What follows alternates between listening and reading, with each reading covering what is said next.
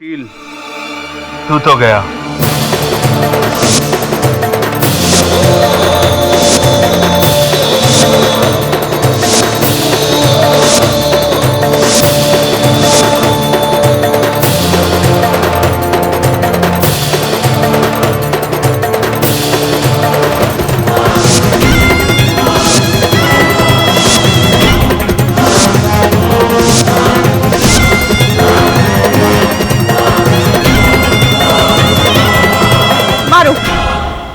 मार डालो इसे, पर याद रखना मेरा भाई जानता है कि ये वकील मुझसे मिलने आया था और उसे पता चल जाएगा कि तुम सब ने मिलकर इसका कत्ल किया है। मार डालो इसे।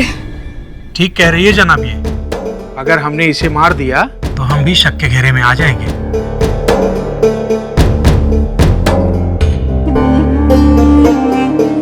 इसे नहीं तो इन दोनों को ही खत्म कर डालते हैं, इसे भी और इसके भाई को भी। सारा मामला ही खत्म हो जाएगा। चलो ले चलो इसको।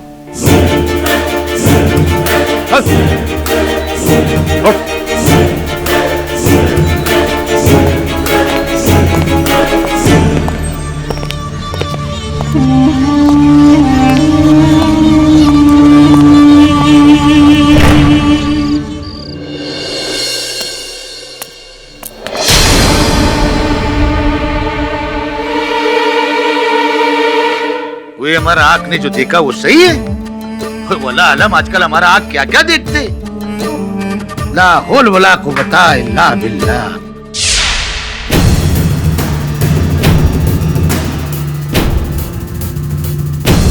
बच गए।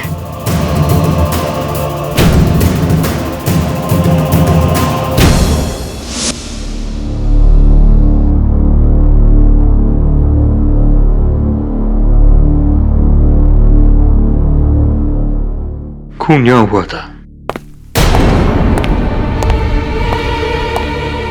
वही नाज़िया भी, वो इधर क्या करती है तू? जी मैं वो कमरा साफ करने आई थी। तो जब जनाब ही नहीं रहे तो कमरा काहे को साफ करती? क्यों अपना वक्त बर्बाद करती? तो भूख से हमारा जान जा रही है। जाओ हमारे लिए दस्तरखान बिछाओ। जी सुनो, तुम घर में बुर्का पहन के क्यों घूमती है?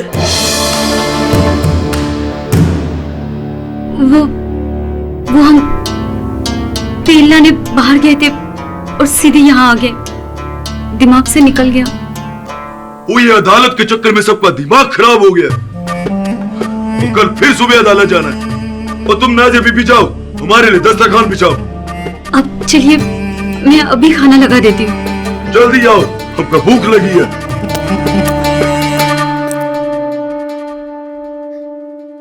अब बहुत हो गया। सहेली की खातिर हमने अपनी जान चौकी में डाल दी। इसे गंवाने की हिम्मत नहीं है हमें। अब आप चली जाइए, नहीं तो ये लोग हम दोनों को जिंदा गाड़ देंगे। मेहरबानी कीजिए और चली जाइए यहाँ से।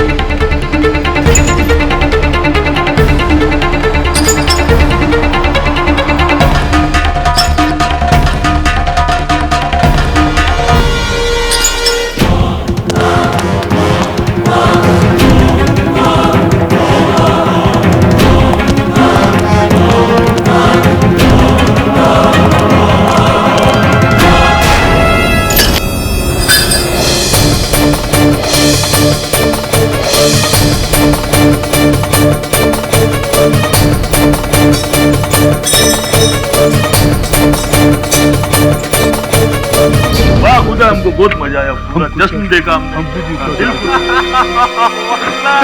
जश्न में कितना मजा आया।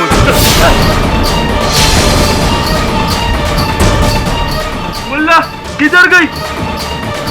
या अल्लाह के दी बात गई। यही गई होगी, ढूंढो उसे। चलो।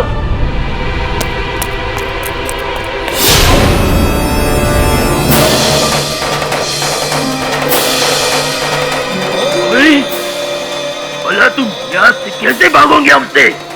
बोला हमसे भाग के यहाँ से जाओगी कहाँ? हाँ?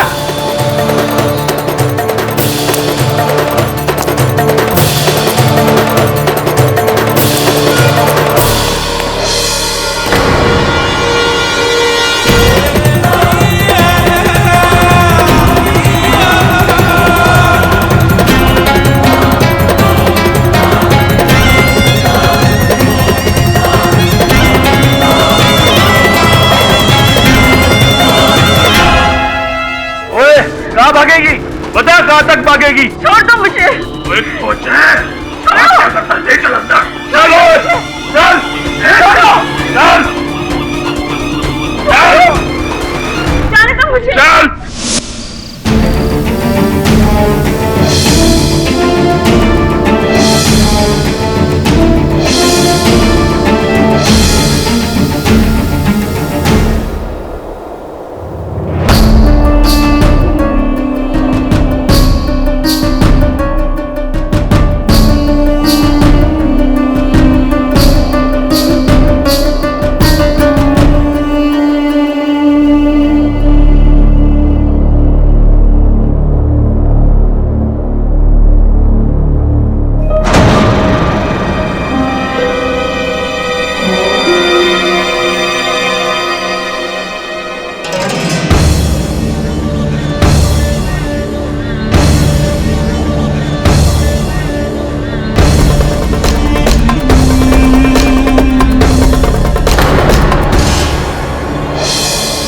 अगर इन्होंने इसे फाइल देते हुए देख लिया तो ये लोग इसे भी मार देंगे। मैं ही फाइल लेके भागता हूँ। रुक जा वरना गोली मार दूंगा। अरे ओए कभी का बच्चा रुक। ओए रुक।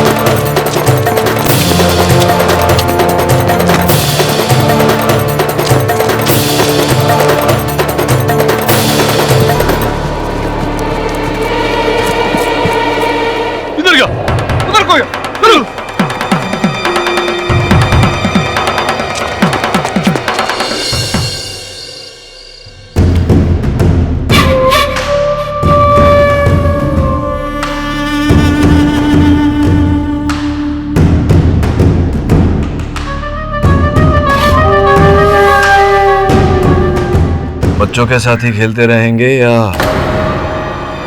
बड़ों के साथ भी खेलेंगे? ओए, तू चुप बैठ और अपना मुंह बंद रख, नहीं तो तेरे मुंह में कपड़ा ठोस देंगे। हाँ? क्यों? डरते हैं क्या आपके जनाब? या खुद पर यकीन नहीं है आपको? खेलिए ना, एक आध हाथ हमारे साथ भी खेलिए। अगर मैं जीत गया तो छोड़ देना, अगर हार गया तो आज नहीं तो कल मारना ही है मुझे। हा? जनाब, आप इसकी बातों में ना आए। ये बहुत ही शातिर इंसान है, ये आपको उलझा रहा है। चुप।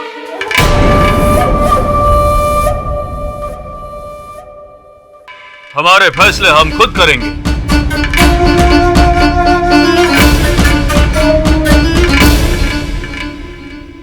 आओ।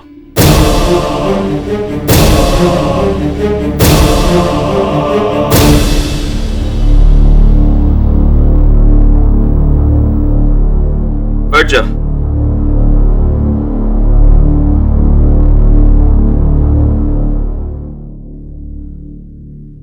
जान की बाजी से कम नहीं होगा।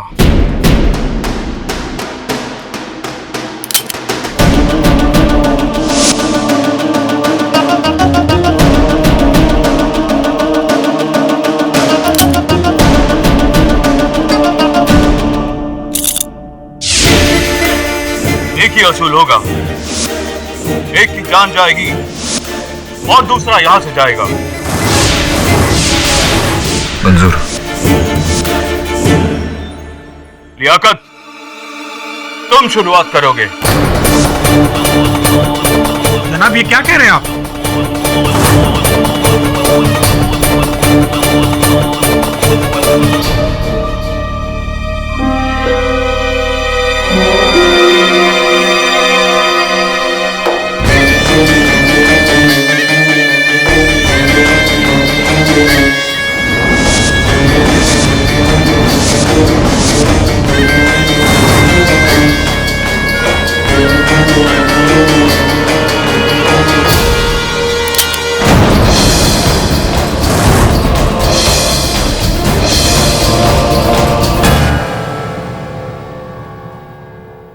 ये लो, पिस्तौल चलाने तो आती है ना?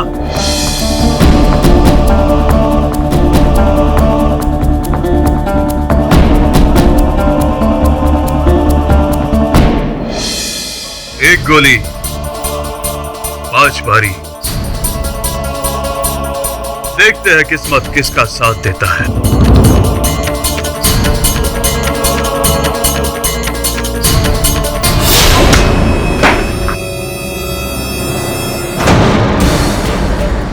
पता नहीं इस चेंबर में गोली है या नहीं।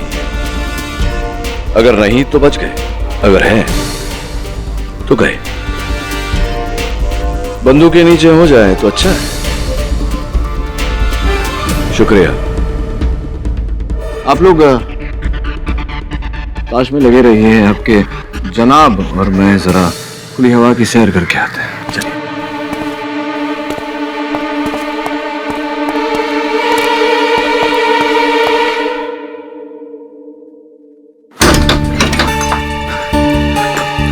क्या हो गया तुझे? ठीक तो है तो? सर, बहुत मुश्किल से अपनी जान बचा के आ रहा हूँ। 2 लोग मेरी जान के पीछे पड़ गए सर। से हम कहाँ आ गए सर?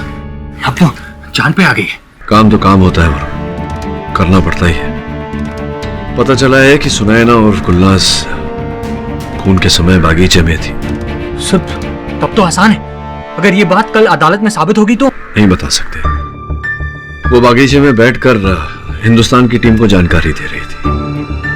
ये बात बाहर नहीं आनी चाहिए, वरना। समझ गया सर, वरना हमें से कोई भी जिंदा वापस नहीं लौटेगा।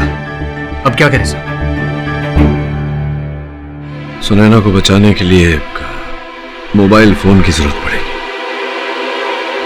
समझाता हूं। तो पहले बता, तूने क्या जानकारी हासिल की? क्या पता चला तुझे? हाँ सर, उनके व्यापार का हिसाब पूरा खाता है सर, पर अजीब सा है सर, कुछ समझ में नहीं है। और कुछ तस्वीरें हैं सर, ये देखिए।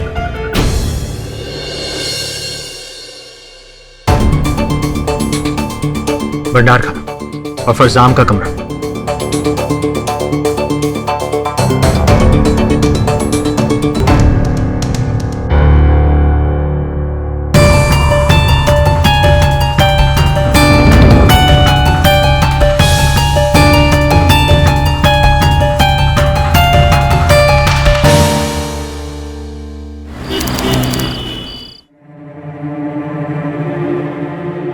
पाकिस्तान में जो दूतावास है, क्या वहाँ से कोई खबर नहीं आई? अभी तक कोई खबर नहीं है सर। मैं जानना चाहता हूँ कि आज अदालत में क्या हुआ। माफी चाहता हूँ सर, उन्हें तो कोई जानकारी नहीं है। यहाँ तक कि वो ये भी नहीं जानते कि वो अदालत की कार्रवाई कहाँ हो रही है। पर सर, केडी ने उस जगह का पता लगा लिया है। इतना ही नहीं, वो भीड़ को मना लिया और सुनैना का केस भी लड़ रहा है। यह साबित करो कि ये लड़की बेकसूर है। जी मंजूर है। हमें पता नहीं केडी और उसका सहायक कहाँ है। सर, हमारे किसी भी खबरी के पास केडी की कोई सूचना नहीं है सर। कहीं केडी पकड़ा तो नहीं गया? मुल्किस्तान में पकड़े जाने का मतलब सिर्फ मौत होती है। कहीं केडी को हमने वहां भेजकर कोई गलती तो नहीं कर दी? सर, एक और खतरा है जिसे शायद हम भूल रहे हैं।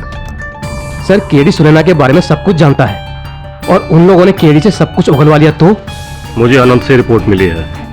केडी इस केस की संवेदनशीलता को बड़ी अच्छी तरह से जानता है। वो कभी अपना मुंह नहीं खोलेगा। सर, उनको केडी पर पहले से ही शक हो गया था। आप तो जानते ही हैं कि वो लोग कितने निर्दयी हैं। तुम केडी पाठक को अच्छी तरह से नहीं जानते। शारीरिक यातनाएं मानसिक रूप से उसको नहीं तोड़ सकती। अगर वो उनके चंगुल में फंस भी गया तो बाहर निकलने का रास्ता वो खुद ब खुद ढूंढ लेगा। मेरी राय है कि हमें केडी की सूचना का इंतजार करना चाहिए। अरे हाँ, सुनैना के पास एक यंत्र था सूचना भेजने वाला, वो कहाँ है?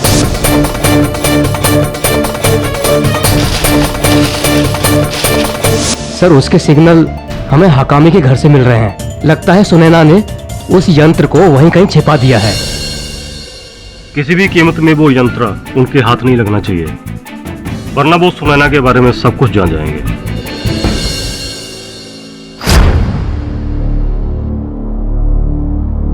सर क्या सोच? इस पहेली को सुलझाने का एक ही तरीका है। प्रारंभ से लेकर अब तक घटनाओं का पुनः अवलोकन करना पड़ेगा हमें। सर मुझे तो इस केस के बारे में कुछ समझ में नहीं आ रहा। इस केस में इतने सारे लोग हैं और सबका बयान एक दूसरे से अलग। किसी ने वो अंगूठी देखी, अंगूठी देख कर हम बेहतर तो किसी को वो हींग की सुगंध आई। इसके कपड़े से हींग की खुशबू आ रही थी। तो उस वक्त घर में इतने सारे लोग थे पर कोई भी हमें सही जानकारी नहीं दे रहा। इसी का फायदा खूनी उठा रहा है। खूनी है तो हकामी परिवार के सदस्यों में से ही कोई एक।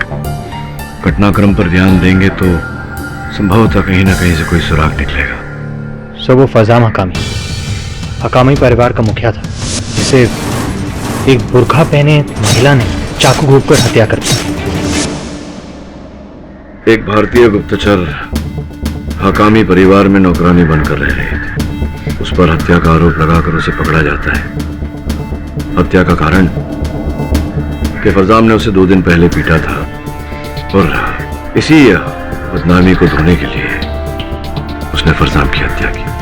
घर के अन्य सदस्यों के पास साक्ष्य है जो ये संकेत देते हैं कि वही हत्यारिन है, किंतु हम जानते हैं कि वो हत्यारिन नहीं है। सर सबसे पहले चाचा जान ने खूनी को हत्या करते हुए देखा। चाचा ने खूनी को देखा था, गुलनाज को नहीं। बुरखे में किसी महिला को देखा था, किसी औरत को देखा था, और देखा था तो केवल हाथ पर एक अंगूठी। हो सकता है गुलनाज के पास वैसी ही अंगूठी हो। कल अदालत में आपने चाचा जान को गलत साबित कर दिया। साहब की दलील बहुत दमदार थी।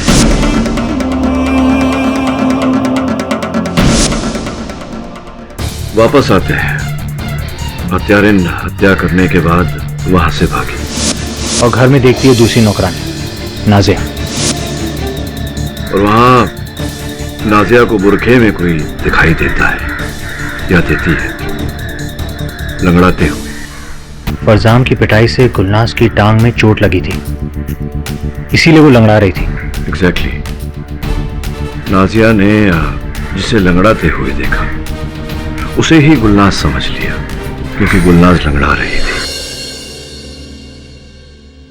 मेरा ऐसा मानना है कि हत्यारा जानता था कि गुलनाज लंगड़ा कर चल रही है, इसीलिए वो भी लंगड़ा कर चल रहा था, यह दर्शाने के लिए कि वो गुलनाज है।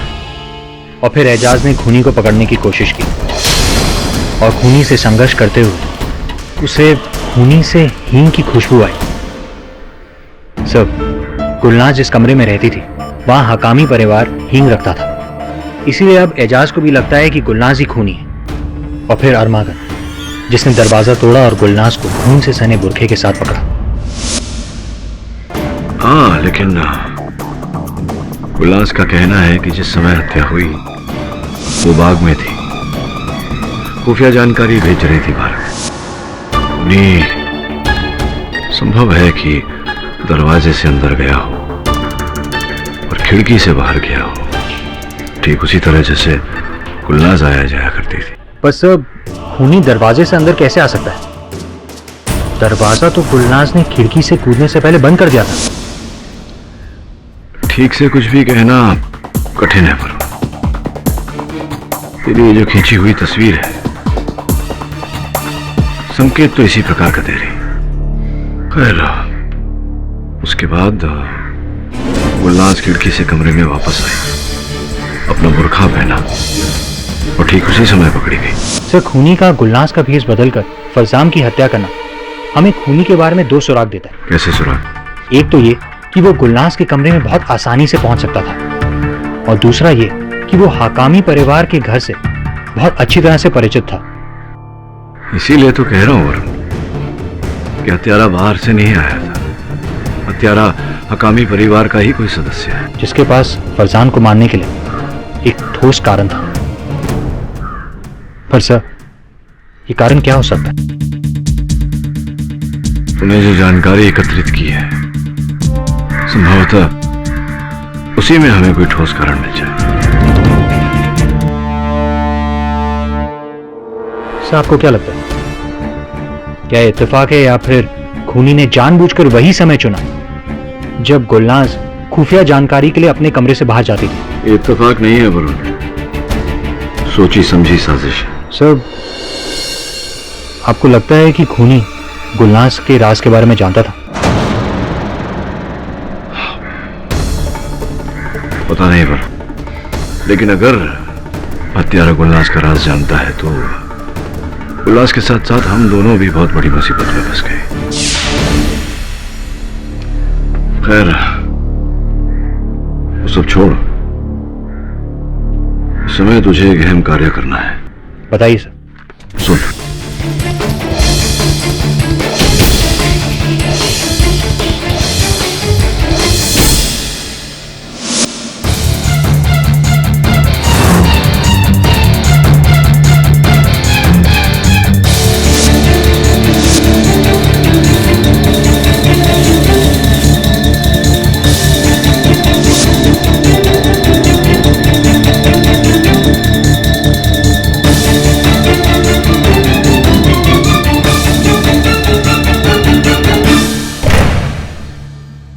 इससे पहले कि तुम्हारा चालाकी तुम्हारा मौत का वजह बन जाए, ये बताओ कि वो वकील यहां क्यों आया था? चुप क्यों हो? बताओ, चुप क्यों हो? जवाब दो। मैं जवाब देना जरूरी नहीं समझती। एक बात याद रखना लड़की, हम गुनाहगार को कभी माफ नहीं करता है। और वो लड़का, वो शक्ल सूरत से तुम्हारा भाई बिल्कुल नहीं लगता। कौन हो तुम? क्या साजिश है तुम्हारी? क्यों किया तुम फरजान साहब का कत्ल? जवाब दो। तुम इस तरह नहीं समझोगी।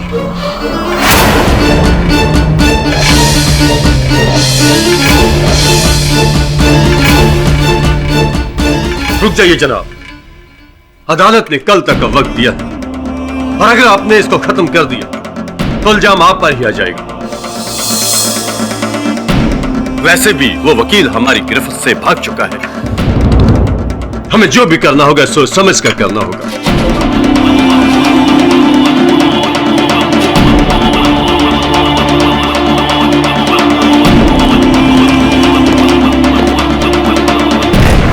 सर, बहुत बुरी खबर है। सर, सुनैना के यंत्र से रेडियो सिग्नल मिलना बंद हो गया है। सर, लगता है वो यंत्र किसी दुश्मन के हाथ लग गया है।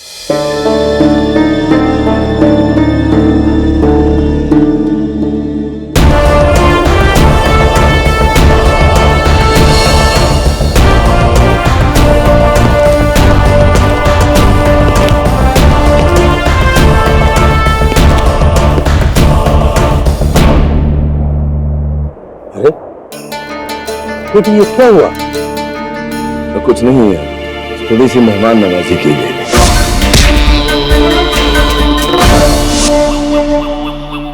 क्या हुआ ये? देखो, अगर आइंदा किसी ने ये बदतमीजी की तो मैं उसका जंजीरों से जकड़ कर कोठरी में डाल देता। चलिए, तुम शुरू हो जाओ। मुंशी साहब, आपने जो वक्त मुझे दिया था इसमें कुछ सवाल कुछ जवाब ढूंढ लाया हूं मैं। सवालों से शुरू करता हूं। पहला सवाल ये है कि ये खून 2 दिन बाद क्यों हुआ? ये कैसा बेहुदा सवाल है?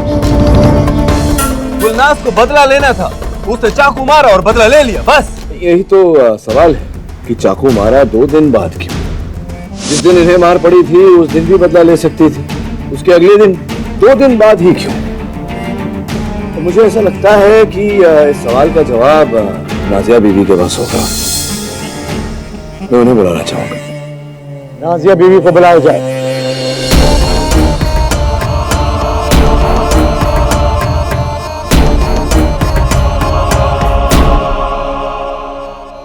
नाजिया बीबी, बुर्का पहनकर खाना पकाना ये तकलीफ नहीं होती है आपको ऐसा करने में? जनाब, बुर्का हम बाहर जाते वक्त पहनते हैं, घर में नहीं। उन भी तो घर ही में हुआ था। उस रात घर की औरतें बुरखे में थी या क्यों थी? उस रात की बात और थी। बाहर से मेहमान आए हुए थे, इसलिए घर की औरतें बुरके में थी। जनाब, बात पे गौर किया जाए। उस रात घर की औरतें बुरके में और इसी का फायदा उठाया है खूनी ने। एक आखिरी सवाल, ये जो जूते आप पहनी हैं इस समय इस वक्त, यही जूते आप घर में भी पहनती हैं? जी नहीं, ये तो हम बाहर निकलते वक्त पहनते हैं, घर में तो चप्पलें पहनते हैं। सारी औरतें घर में चप्पलें पहनती हैं? जी। मुंसिफ साहब, अब मेरा सवाल ये है कि इस समय गुलनाज ने जूते कैसे पहने हैं? ये भी घर में बाकी औरतों की तरह चप्पल पहनती होगी, ये घर में अपने कमरे में पकड़ी गई थी, तो जूते कब पहने इन्होंने? जेल में तो जूते बदल नहीं सकते, क्यों? अरे क्या बकवास हो रहा है? जहाँ तक हमको पता है ये कत्ल और खून का केस है, इधर जूते चप्पल पर बहस हो रही है। क्या हुआ? यही साबित करना चाहता हूँ मुंशी साहब की जिस शाम खून हुआ उस शाम मेरी मुवक्किल घर के अंदर नहीं थी, बाहर बाग।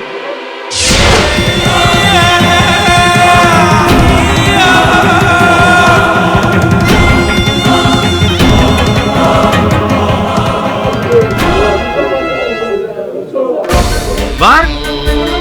किधर? क्यों?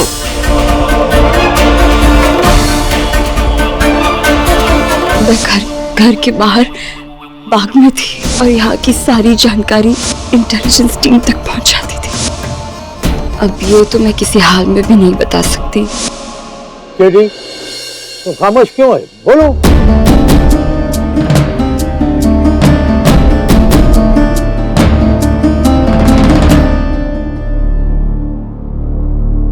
मुंशी साहब, ये बाग में अपने भाई बहरंग से बात करने गई थी। इनके कमरे में हमें इनका मोबाइल फोन मिला, एक ही नंबर है इस पर, आप चाहें तो चेक कर सकते हैं। ये लीजिए, आप नंबर डायल करके चेक कर लें।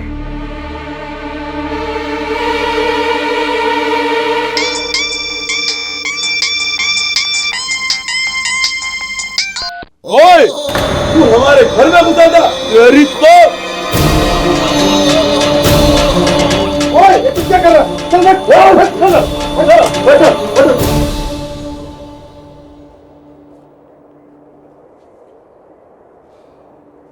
जनाब, इसीलिए गुलनाज फोन छिपा कर रखती थी ताकि इसे मारना पड़े। क्या बकवास है जनाब? अगर गुलनाज बाहर थी तो दरवाजा तोड़ने पर वो अंदर कैसे पकड़ी गई? और खूनी बाहर कैसे गया? और खूनी बाहर गया समझ में आता है, गुलनाज फिर अंदर कैसे आ गई? खिड़की से जनाब। गुलनाज का बाग में जाना, फोन करने, शोर सुन के अंदर आना और खूनी का वहां से भागना, फरार होना, ये सब उस भंडार घर की खिड़की से हुआ है। अच्छा, इसलिए खिड़की खुली थी। वही तो मैं सोचूं, इतनी ठंड में इनको हवा की क्या जरूरत पड़ी? ये सबूत है मेरी बात का कि खिड़की खुली थी। जनाब, जो खून से लथपथ बुर्का था वो इस औरत ने पहना था, उसका कोई मतलब नहीं। बताता हूं, कमरे में अंधेरा था जनाब। ये शोर सुनकर अंदर आए, बाहर दरवाजा कोई खटखटा रहा था। खूनी वहीं बुर्का छोड़कर भागा था। अंधेरे में इन्हें दिखाई नहीं दिया कि बुर्के पर खून लगा हुआ है। दरवाजा खोलने के लिए इन्होंने बुर्का पहना और दरवाजा खोला और खूनी इसका इंतजार कर रहा था। जनाब, खूनी को कैसे पता चला कि गुलनाज बुर्का उतार कर बाहर कब गई? उसने कमरे में क्या कैमरा लगाया था? जी नहीं, कैमरा नहीं लगाया था जनाब। खूनी वहीं मौजूद था उस कमरे में। इस हींग के डब्बे के पीछे छिपा हुआ। और जैसे कि हमारे गवाह इजाज ने बताया था कि खूनी से ही बू आ रही थी, वो इसीलिए।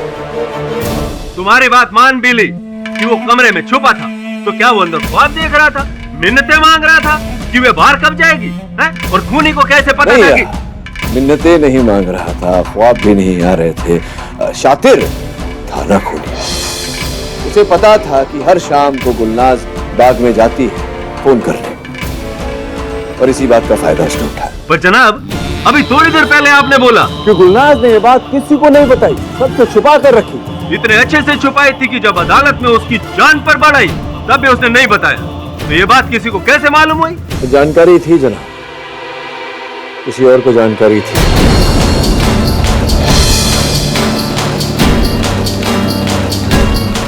और वो जिसे जानकारी थी, वो शख्स इस समय, इस वक्त इसी अदालत में।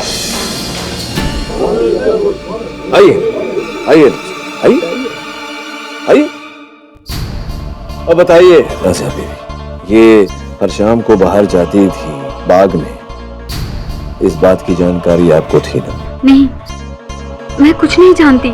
आप कुछ नहीं जानती? कुछ नहीं।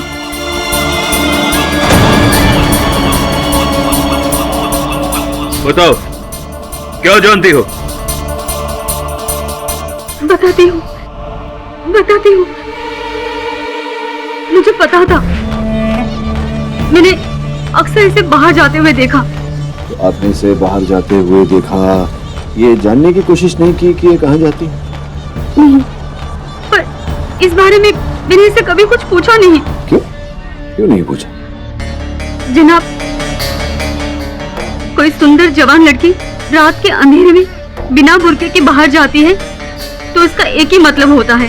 मुझे लगता था इसका कोई आशिक होगा जिसे ये रोज चुपचे से मिलने जाती है। मुझे क्या पता था इसका भाई है, पर मैंने कोई खून नहीं किया। एक मिनट जनाब, मैं आप ही की बात दोहराता हूँ। आपने ही बोला था ना कि हर कत्ल के पीछे कोई मकसद होता है। अब नादिया बीवी का क्या मकसद है इस कत्ल के पीछे, जरा बताएंगे मेरे को? कोई मकसद नहीं था, कोई मकसद नहीं था, क्योंकि ये कत्ल उन्होंने किया ही नहीं। मैं समझाता हूँ।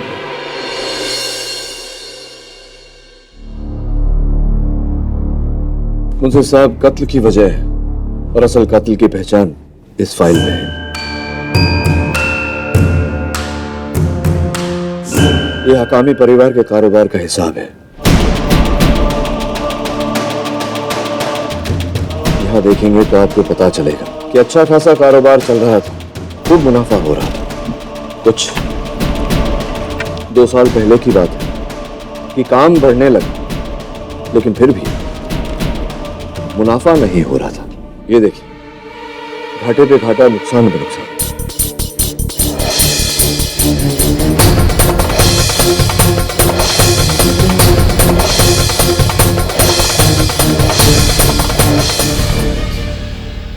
ये क्या है? ऑर्डर बढ़ते गए, पैसा आता गया, मुनाफा किधर? जी, और जैसा कि कागजों से पता चलता है, पिछले कुछ महीनों से सब कुछ ठीक होने लगा, वापस मुनाफा भी होने लगा।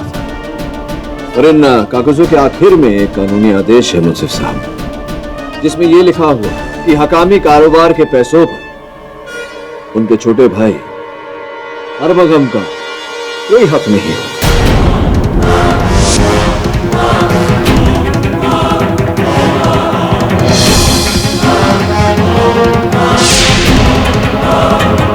आइए आइए आइए। और तुम 2 कौड़ी का वकील, तुम मुझ पे उंगली उठाता है, मुझ पे, और तुम्हारी हैसियत क्या है?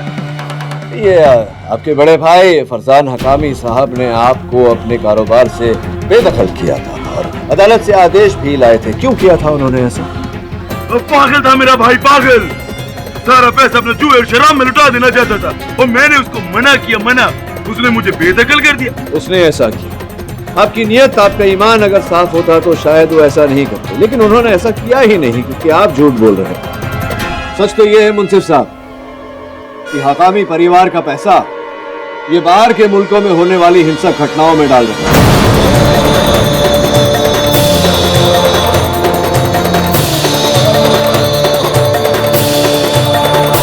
जब फरजान मकामी साहब को इस बात का पता चला तो उन्होंने इसे तुरंत अपने कारोबार से बेदखल कर दिया और उसी बात का बदला इन्होंने अपने भाई से लिया। भाईजान, कोई कागजात क्या है? हमारा बात समझने में तुमको दिक्कत होता है, इसलिए अदालत की जबान में लिखवा कर भिजवाया। वो हम मजाक नहीं कर रहे, वो इसमें लिखा गया है। जो जो बात तुम हमारा नहीं मानता है वो आप अदालत के जबान से मानो। ओ भाई, तुम हमारे साथ क्या कर रहे? वो क्यों कर रहा है ऐसा? जो कुछ तुम हमारा पीठ के पीछे कर रहा है ये उसका नतीजा है आरामगढ़। हमको सब पता चल गया कि हमारा पैसा कहाँ गायब हो रहा है। और वो गायब हो रहा है? वो तुम दोनों हाथों से पैसा लुटाता है और जुआ खेलता है, आशी करता है और हमसे पूछता पैसा कहाँ गया?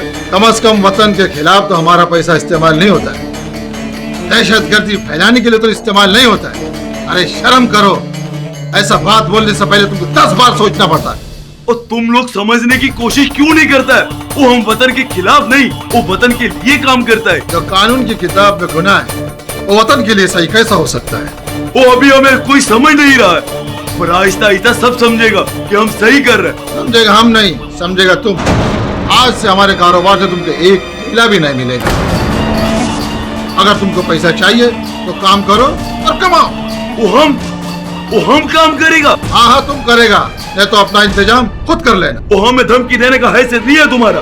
अपनी जुबान को लगाम दो, बड़े खैरात नहीं चाहिए तुम्हारा। रुको, अब मुफ्त में खैरात भी नसीब नहीं होगा तुमको। कल से कारोबार नहीं, सामान लादना और पहुंचाने का काम होगा तुम्हारा, समझा तुम? नाजिया बीबी, आप बताइए मुझसे साहब को कि जो गुलनाज का बाहर जाने का जो चक्कर था, इस बारे में आरमगम जी को कैसे पता चला? एक शाम छोटे साहब रसोई में आ गए, तब गुलनाज वहां नहीं थी। उन्होंने इसके बारे में पूछा तो मुझे बताना पड़ा। मुझे तो लगा था कि गुलनाज को बहुत मारेंगी, पर उन्होंने ये बात कभी छिड़ी ही नहीं। हाँ, क्योंकि उस रात इन्हें अपने बदले की पहली सीढ़ी नजर आ चुकी थी। अरमगम गुलनाज के आने के पहले से भंडार खाने में छुप के उसका इंतजार कर रहा है।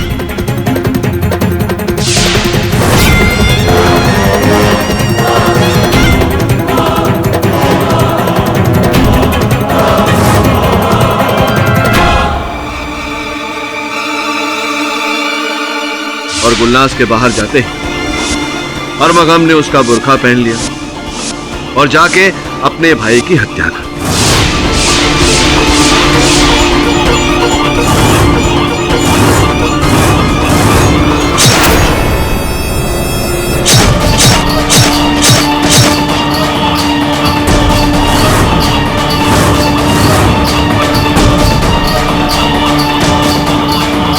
बगीचे से भागने के बाद ये दरवाजे से वापस अंदर आए और ऐसा दिखाया जैसे इन्हें कुछ पता ही नहीं, और ऊपर से खुद कमरे का दरवाजा तोड़ के अंदर आए और गुलनाज को खूनी करार देकर पकड़ लिया।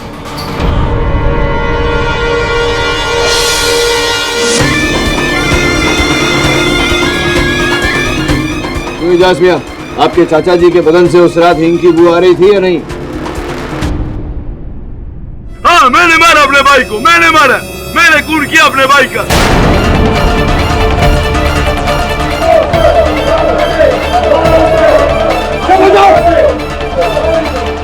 मेरा भाई मेरे को नौकर बना के रखता था।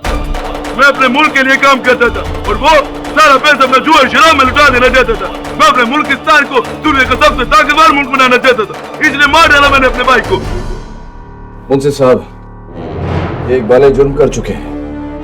मैं अदालत से गुजारिश करता हूं कि मेरे मुवक्किल को बाइज्जत बरी कर दिया जाए। गवाहों और सबूतों को मद्देनजर रखते हुए ये अदालत गुलनाज को बाइज्जत दिया करती है और आरामगाह को कैद में रखने को हम सुला दिए।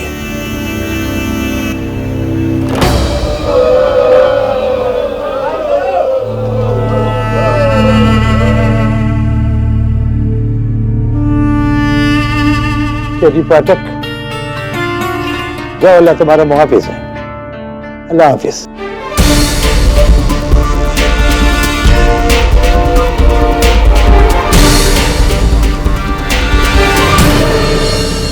अलविदा मेरे दोस्त।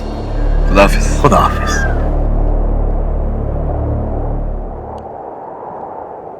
भाई बहन को एक साथ देखकर बहुत अच्छा लगा। मेरे सहायक वरुण से तो मिल ही चुकी हो। जी। हे भगवान, मेरे यंत्र तो अभी भी उस घर में वहीं पे रह गए। अगर किसी के हाथ लग गए तो उन्हें 2 मिनट में पता चल जाएगा कि मैं। चिंता करने की कोई आवश्यकता नहीं, वो यंत्र हमारे पास है सुरक्षित, और उसका श्रेय जाता है मेरे सहायक वरुण को। बड़ी चतुराई से अपनी जान पे खेल के ये वो यंत्र वहां से निकाल कर।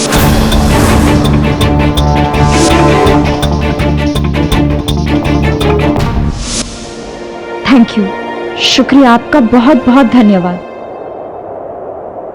वैसे तो सर मैंने आपके बारे में बहुत कुछ सुना था, पर एक दिन आप मेरी जान बचाएंगे ये मैंने कभी भी नहीं सोचा था। लेकिन एक बात समझ में नहीं आई, मैं 2 महीनों से उस घर में जो जानने की कोशिश कर रही थी उसका पता आपने बस एक रात में कैसे लगा लिया? तुम्हारा संदेह हमेशा फरजाम पर रहा, इसलिए अरमगम कभी संदेह के दायरे में आया ही नहीं। अब समझी। चले, 3 घंटे में मुंबई की फ्लाइट है। नहीं सर, इस मुल्क में मेरा काम अभी खत्म नहीं हुआ।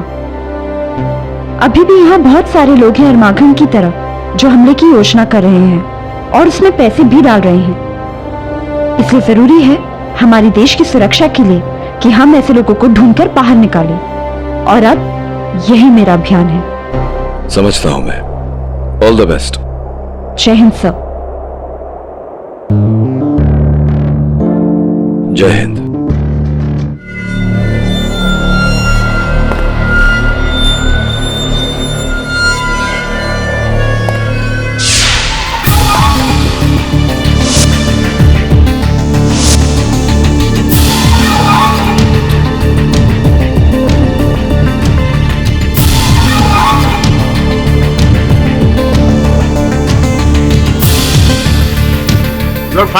दफा हो जाओ इस ऑफिस से।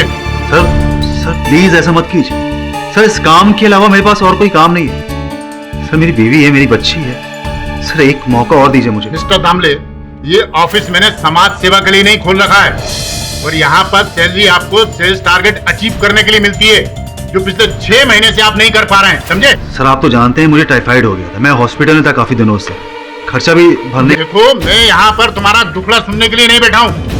ये अपना टर्मिनेशन लेटर पकड़ो, निकलो यहाँ से। सर अरे I said get out. Sir please अपना रास्ता नापो। You are fired. दफा हो जाओ इस ऑफिस से। ये ऑफिस मैंने समाज सेवा के लिए नहीं खोल रखा है, मैं यहाँ पर तुम्हारा दुखड़ा सुनने के लिए नहीं बैठा हूँ, समझे?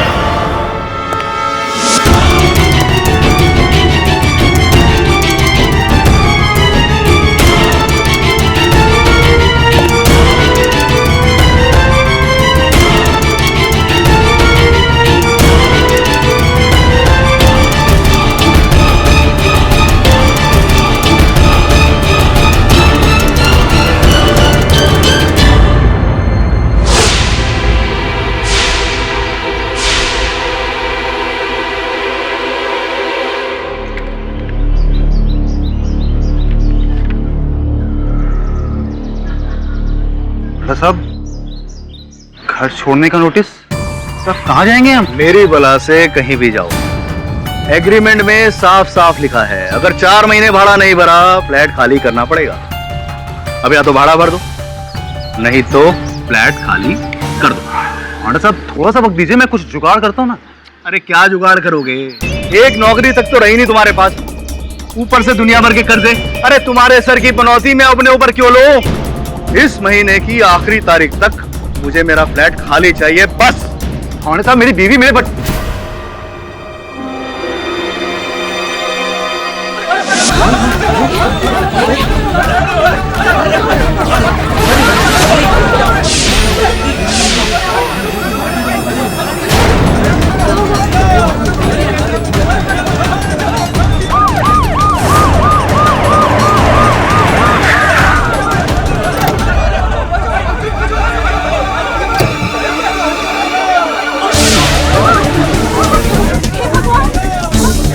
सुनो, नीचे आ जाओ यार, कूदो मत, हम आ गए तुम्हारी मदद के लिए।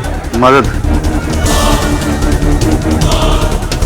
जब जरूरत थी तब तो कोई आया नहीं।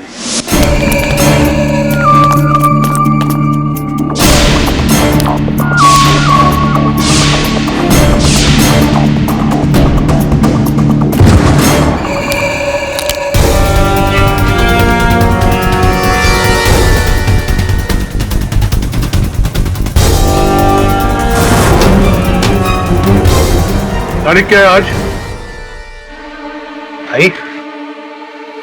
भाई मैं आपके पैसे बहुत जल्दी। तारीख बोल, तारीख, डेट। 4।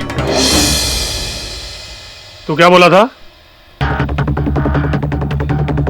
पहली तारीख को आपके पैसे लौटा दूंगा। हाँ, किधर है मेरा 8 लाख रुपए? तेरी पॉकेट में है या इस बैग में? भाई मैं बहुत परेशान, मुझे सिर्फ 1 महीने की मोहलत और दे दीजिए। एड़ा हो गया क्या तू? 1 महीना? भाई मैं चारों तरफ से बर्बाद हो चुका हूं। क्या मेरे पास नौकरी है ना ही घर रहेगा?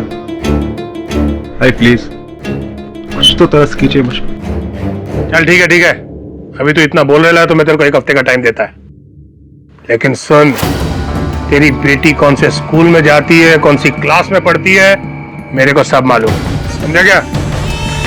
चल निकल अभी।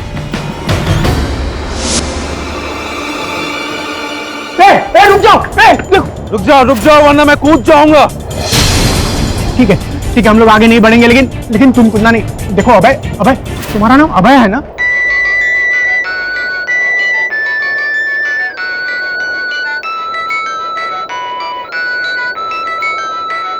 तुम्हारी तो किस्मत ही खराब है। 3 साल पहले अच्छी खासी इंजीनियरिंग की नौकरी छोड़ के लगे बिजनेस करने, सारा पैसा डुबा दिया, ऊपर से मेरे गहने भी बेच दिए, और अब ये भाई लोगों से कर्जा, और तुम्हारी वो सेल्स की नौकरी थी वो भी। सुधा मैं कोशिश तो कर रहा हूँ ना। अरे क्या खाक कोशिश कर रहे हो तुम? कुछ नहीं होने वाला तुमसे। और अब ये घर भी बहुत जल्दी चला जाएगा। बहुत जल्दी मैं और अनन्या रास्ते पे भीख मांगते हुए नजर आएंगे। क्या करूं मैं? चला जाता हूँ, जाके कहीं मर जाता हूँ। जो पैसे आएंगे ना मेरी पॉलिसी के, जो मन में आए उनसे वो करना। हाँ, अब तो तुम यही कहोगे, जीते जी तो हमारे काम नहीं आ सके, अब यही सोचो तुम।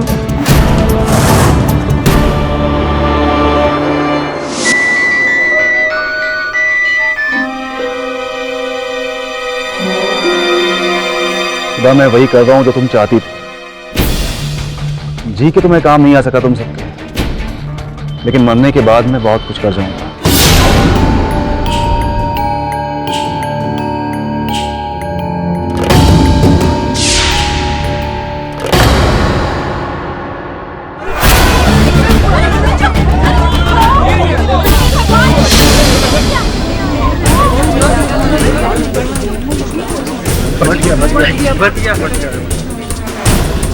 चल बेटा,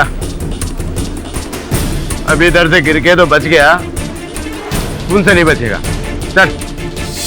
यार शहर में कुछ सरफिरों की कमी थी, हाँ?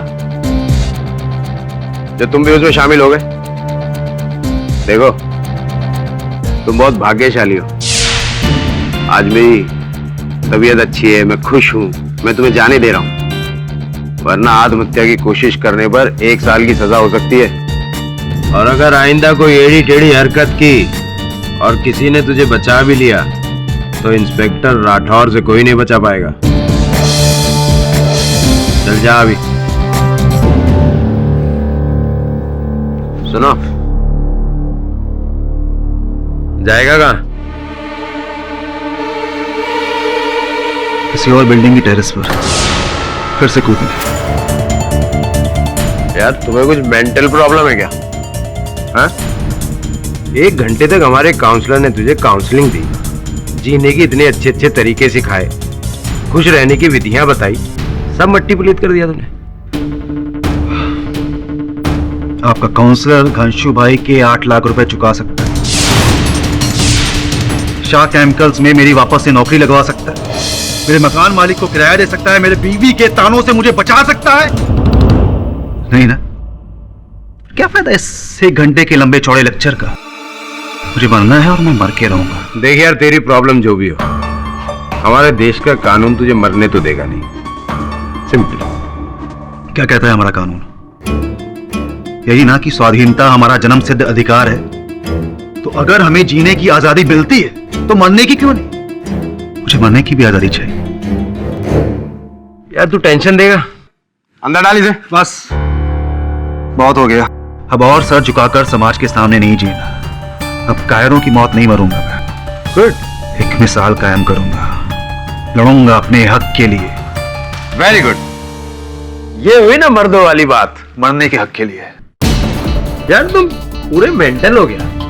आत्महत्या मेरा अधिकार है तो मैं उसे लेकर रहूंगा। और अगर कानून भी मेरे रास्ते में आएगा ना तो मैं उसी कटघरे में खड़ा होकर उसे भी चुनौती दूंगा। मतलब वकील करेगा अब तो? नहीं बात, तुमने सोचा कैसे कि मैं तुम्हारा ये केस लड़ूंगा? क्योंकि मैंने सुना है केडी पाठक हर मजलूमों के लिए मसीहा है। वो आज तक किसी भी निर्दोष इंसान को न्याय के दरबार से खाली हाथ वापस जाने नहीं दिया। न्याय नहीं, अन्याय है ये। स्वयं अपनी जान लेना न केवल सामाजिक दोष है बल्कि कानूनन अपराध भी है। आईपीसी सेक्शन 309 के तहत खुदकुशी करना कानूनन जुर्म है, जिसके तहत जुर्माने के साथ साथ 1 साल की कैद भी हो सकती है। सारी जानकारी तो है तुम्हारे पास, फिर भी ये मूर्खता करने चले हो। अपने परिवार के बारे में नहीं सोचा तुमने? जीते जी तो हमारे काम नहीं आ सके, अब यही सोचो तुम।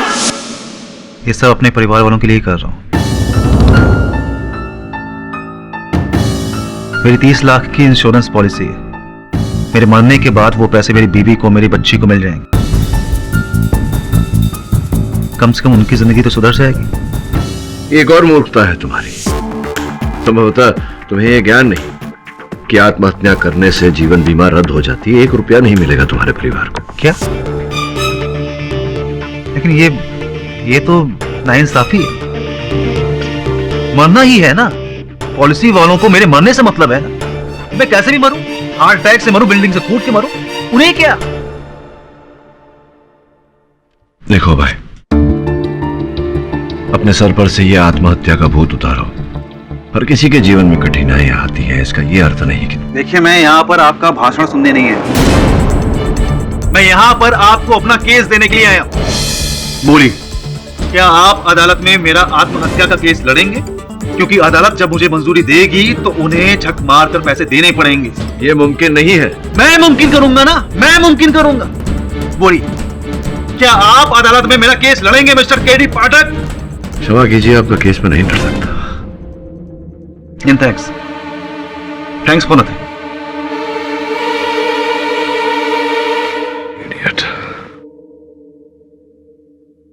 सर, ऐसा केस लड़ना पॉसिबल है? ये यूथनेसिया, मर्सी किलिंग, रहम की मांग, ये ऐसी दलीलें तो की गई हैं अदालत में वरुण, किंतु हर बार अदालत इन्हें रद्द कर देती है।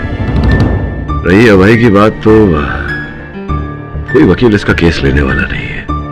समय अनुसार अकल आ जाए तो अच्छा है।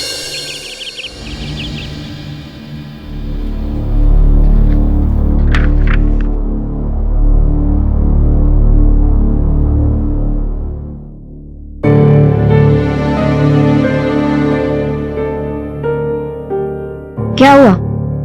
हाँ, कुछ नहीं। क्या है ये पेपर्स? ये ऑफिस के पेपर्स। तो फिर छुपा क्यों रहे हो? दिखाओ।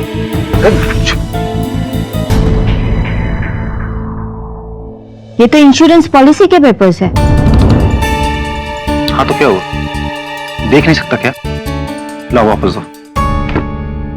अब है, तुम्हारा इरादा क्या है? कुछ भी नहीं।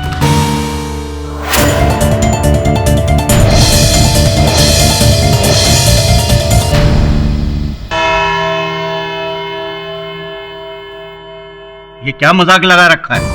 आप कानून से इजाजत चाह रहे हैं आत्महत्या करने के लिए, और चूंकि मुंबई पुलिस आपको रोक रही है इसलिए आपने मुंबई पुलिस पर दावा ठोक दिया। जी, और मैं अपने केस की पैरवी खुद करूंगा। कौन सा केस? कैसा केस? रनर अभय दामले जी खुद अपना केस लड़ना तो चाहते हैं, लेकिन लगता नहीं है कि इनको लॉ का कुछ नॉलेज हो। अभय जी बता दूं आपको कि आईपीसी सेक्शन 309 के तहत आत्महत्या एक अपराध है। जान लेना चाहे वो किसी और की हो या अपनी, दंडनीय अपराध है। ठीक है सर, हम एक काम करते हैं कि पहले मैं किसी बिल्डिंग की छत से कूद जाता हूँ, आत्महत्या कर लेता हूँ, उसके बाद फिर आप मेरी लाश को फांसी पे चढ़ा दीजिएगा। नॉनसेंस, इस केस को मैं कंसिडर नहीं कर सकता। क्यों नहीं कर सकते सर? क्यों नहीं कर सकते सर? कुछ साल पहले इसी अदालत में ईथन लोबो नामक व्यक्ति ने अपनी मर्सी की लिंचा मृत्यु के लिए पिटीशन दाखिल की थी। ठीक है, वो केस हार गया था, लेकिन वो केस बहुत लंबा चला था। सर ये भी कोई आत्महत्या नहीं है, ये भी इच्छा मृत्यु ही है। इच्छा मृत्यु। सबसे पहले तो मैं ये साफ कर दूं, स्पष्ट कर दूं आपको कि वो जो केस की बात कर रहे हैं आप, ईथन लोबो वाले केस की, वो केस अलग था। ईथन लोबो गर्दन से लेके पैर तक अपाहिज हो चुका था, अपना शरीर हिला नहीं पा रहा था और पिछले 6 सालों से वो बिस्तर पे पड़ा था, परेशान हो गया था अपनी जिंदगी से, इसीलिए उसने इच्छा मृत्यु की मांग की थी। अपाहिज था। मैं भी अपाहिज ही हूँ, मैं भी अपाहिज ही हूँ। मैं कौन सा अपने पैरों पे खड़ा हूं, मैं कौन सा अपने पैरों पे चल रहा हूं। कर्ज का लकवा मुझे उठने नहीं देता है, बेरोजगारी की बीमारी मुझे अंदर से खोखला किए जा रही है, और ये लोगों के ताने। मिस्टर अभय दामले, ये अदालत आपकी जाब्तियों और आपकी जहनी मुश्किलात को समझती है और आपसे सहानुभूति भी रखती है, लेकिन आपके आत्महत्या के फैसले को किसी भी तरह सराह नहीं सकती, वरना तो हर दूसरे दिन कोई ना कोई खड़ा हो जाएगा यही रोल ना लेकर। इसलिए ये अदालत आपके केस को रद्द करते हुए आपको कड़ी हिदायत देती है कि आप अपनी जान का सम्मान करें और अपनी मुश्किलों का सामना करें। The case is dismissed. Sir case तो अभी शुरू हुआ है।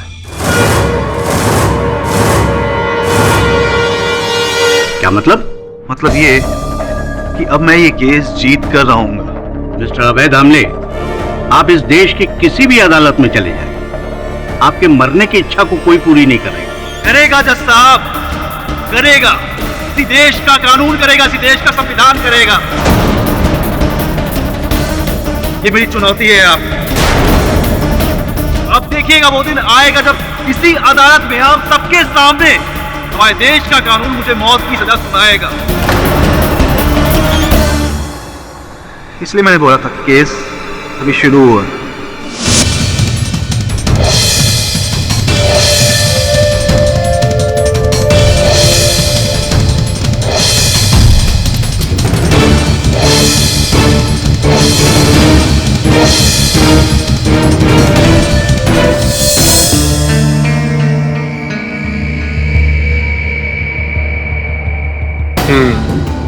तो ये है शाह केमिकल्स का मिस्टर शाह।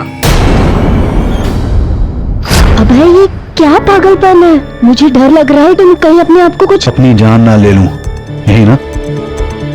हाँ, वैसे सही तरीका है। 1000 तरीके होते हैं खुद की जान लेने के। मार लूंगा अपने आप को, कोई रोक भी नहीं पाएगा। नहीं, अब नहीं सुधर। बहुत जिंदगी गुजार ली बुज़दिलों के जैसे, बहुत सर झुका लिया समाज के सामने, पर अब नहीं। अब जीऊंगा तो सर उठा के। मतलब क्या करने वाले हो तुम? आखिर तुम्हारा इरादा क्या है?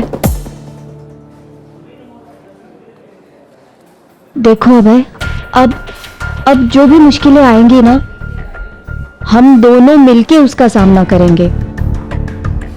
देखो तुम ऐसे करोगे ना तो हम टूट जाएंगे।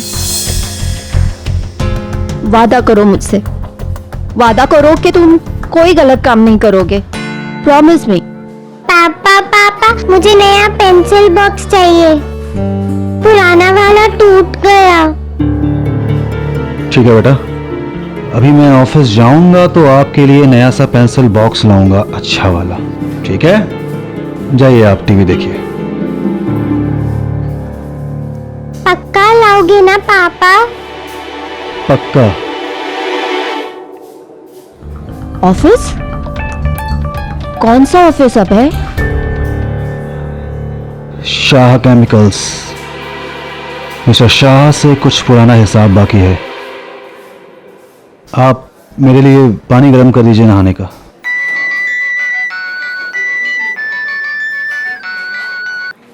हेलो, हेलो बोलने के लिए ज्यादा दिन बचेगा नहीं तू। मिल जाएगा। कब भी हो जाएगा? बहुत जल्द।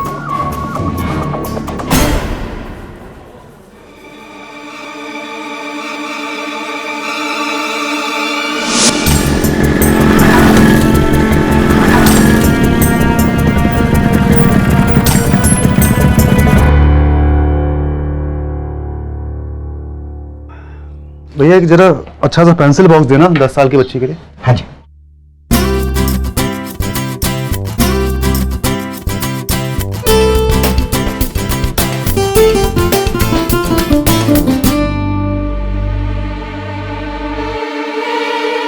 अरे बेफिक्र रह तू, जैसा बोला वैसा ही चोएगा।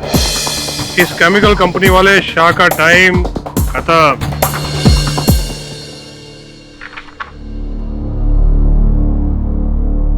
ये फिगर तुमने टेली किया दामोदरन? तुम तो डुबाओगे मुझे। चार जगह एरर आ रहा है। Sorry sir. क्या सॉरी? किस बात की सॉरी? कौन? तुम? Good morning sir. अब तुम क्या लेने आए हो? सर बस 2 मिनट, कुछ बात करनी थी आपसे। दामोदरन तुम जाओ।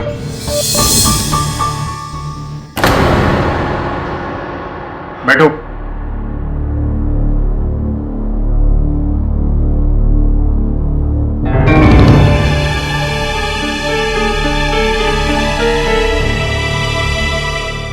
सर आपने मेरा अकाउंट ठीक से क्लियर नहीं किया। जैसा कि आप जानते हैं, नौकरी से निकालने से पहले आपको 2 महीने का नोटिस देना चाहिए, या फिर 2 महीने की सैलरी। सर नोटिस तो मुझे मिला नहीं, तो मेरी सैलरी बनती है। और पिछले 6 महीने का सेल्स टारगेट जो तुमने अचीव नहीं किया, उसका क्या? कौन भरेगा उसको? कोई सैलरी नहीं मिलेगी तुम्हें। सर देखिए ये गलत है। कंपनी के रूल्स के मुताबिक। ये मेरी कंपनी है, मैं इसके जब चाहे रूल बदल सकता हूँ, और कोई पैसे नहीं मिलेंगे तुझे। चलो दफाओ यहां से। बबलू।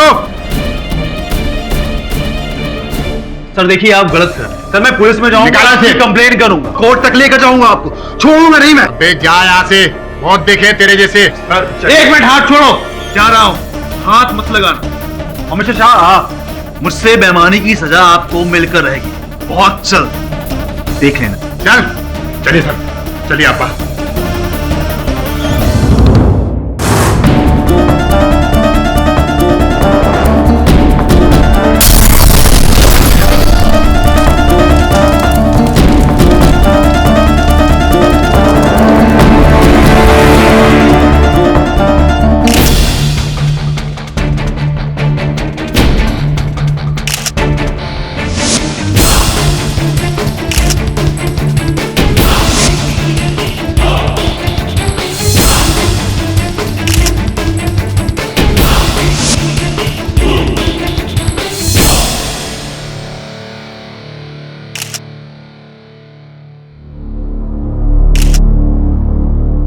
लगता है बॉम्ब इसी लैपटॉप बैग में था।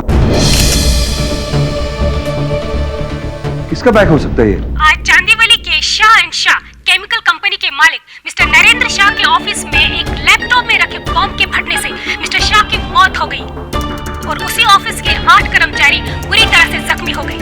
पुलिस का कहना है कि ये बॉम्ब उसी कंपनी के पुराने कर्मचारी अभय दामले ने रखा था मिस्टर शाह से बदला लेने के लिए। अभय इस समय पुलिस की हिरासत में है। ये तो वही आदमी जो आपके पास आत्महत्या का केस लेकर आया ना। अपनी जान ले नहीं सका, अब औरों की जान ले रहा है। सब पागल आदमी है। पागल है या क्या वो सर? वो अभय जान गया था कि आत्महत्या करने से जो जीवन बीमा है वो रद्द हो जाएगा, उसके परिवार को रुपया नहीं मिलेगा। ऐसा करने से तो उसे कानूनन सजा होगी। अगर उसके जीवन बीमा में ये वाक्य नहीं है, फिर तो रुपए मिलेंगे उसके परिवार को। तू समझ रहा है? सर आपको लगता है कि अभय ने मिस्टर शाह को इसलिए मारा ताकि उसे मौत मिल सके? Right. Sir this is crazy. किसी और को मारकर खुद मरना। क्रेजी तो है वरुण, लेकिन सरफिरे लोग क्रेजी बातें ही करते हैं। तू एक काम कर, उसकी जीवन बीमा कंपनी से संपर्क कर, जीवन बीमा की कॉपी निकलवा और देख कि उसमें ये कानूनन मृत्यु का वाक्य है या नहीं। अगर नहीं है तब तो। लेकिन सर आपका इस केस से कोई लेना देना नहीं है, तो फिर आप ये सब क्यों कर रहे हैं? क्योंकि केडी पाठक के होते हुए कभी किसी बेगुनाह को सजा नहीं हो सकती। हत्या के इस आरोप से किसी बेगुनाह की हत्या ना हो जाए। अगर 1% भी संदेह है कि अभय बेगुनाह है तो ये केस तो मुझे लड़ना ही पड़ेगा। आपको मेरा केस लड़ने की जरूरत नहीं है। मुझे किसी भी ने भी नहीं फंसाया है। मैंने ही अपने उस कमीने बॉस शाह की जान ली है। मैंने ही उसके ऑफिस में, उसके केबिन में बम रखा। अब अदालत अपना फैसला सुनाएगी, मुझे फांसी पर चढ़ा देगी, मैं मर जाऊंगा और मेरे इंश्योरेंस के पैसे मेरी बीवी, मेरे बच्चों को मिल जाएंगे। हाँ, आपकी पत्नी और आपके बच्चे को आपके बीमा के पैसे मिल जाएंगे। अगर बीमा में ये लिखा होगा कि कानून आपको सजा देता है, आपकी मृत्यु होती है, तो बीमा रद्द नहीं होगा। ये पुष्टि कर ली है आपने? जी नहीं, और बहुत बहुत शुक्रिया। आप हमारी चिंता कर रहे हैं, फिक्र कर रहे हैं। But I am sorry mister KD Pathak, इस केस में आपके लिए कोई भी काम नहीं है। मैं दोषी हूं तो सजा मुझे मिलेगी और मिलके रहेगी। और वो भी मौत। जिस बात का डर था वही हुआ। आखिर अभय ने ऐसा क्यों किया? पैसा तो इंसान फिर से भी कमा सकता है, पर एक बार जान चली जाए तो। इस सब की कसूरवार सिर्फ मैं ही हूं। मैंने अभय को कभी सपोर्ट नहीं किया, हमेशा उससे कोसती रही। अभय शायद ये जानता नहीं है कि वो हमारे लिए सब कुछ है, सब कुछ।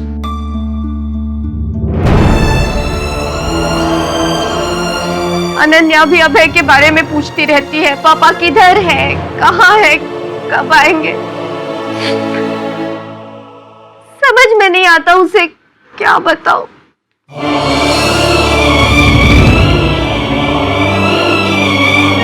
तो जो भी हुआ बहुत बुरा हुआ, लेकिन अब इसमें हम क्या कर सकते हैं? दोषी तो अभय है और अदालत में अपना जुर्म भी मान लेगा और बस केस खत्म। पर सर, काश वो एक बार अपनी बीवी और अपनी बेटी के बारे में सोच लेता। उसकी बेटी तो आज भी सोचती है कि उसके पापा उसके लिए एक नया पेंसिल बॉक्स लेकर आएंगे। Pencil box? हाँ सर, अभय ने अपनी बेटी से वादा किया था, उस दिन वो उसके लिए एक नया पेंसिल बॉक्स लेकर आएगा। Pencil box?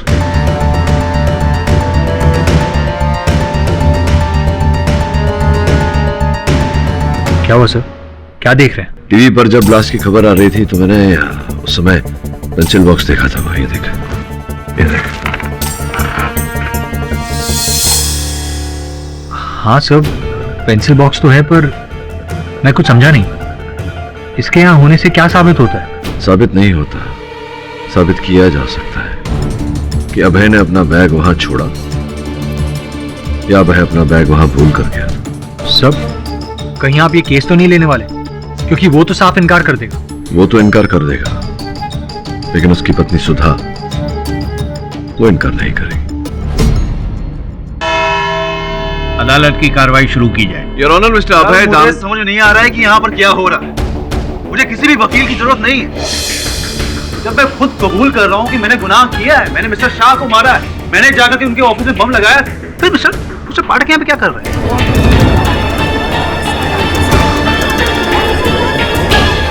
Order, order, silence in the court.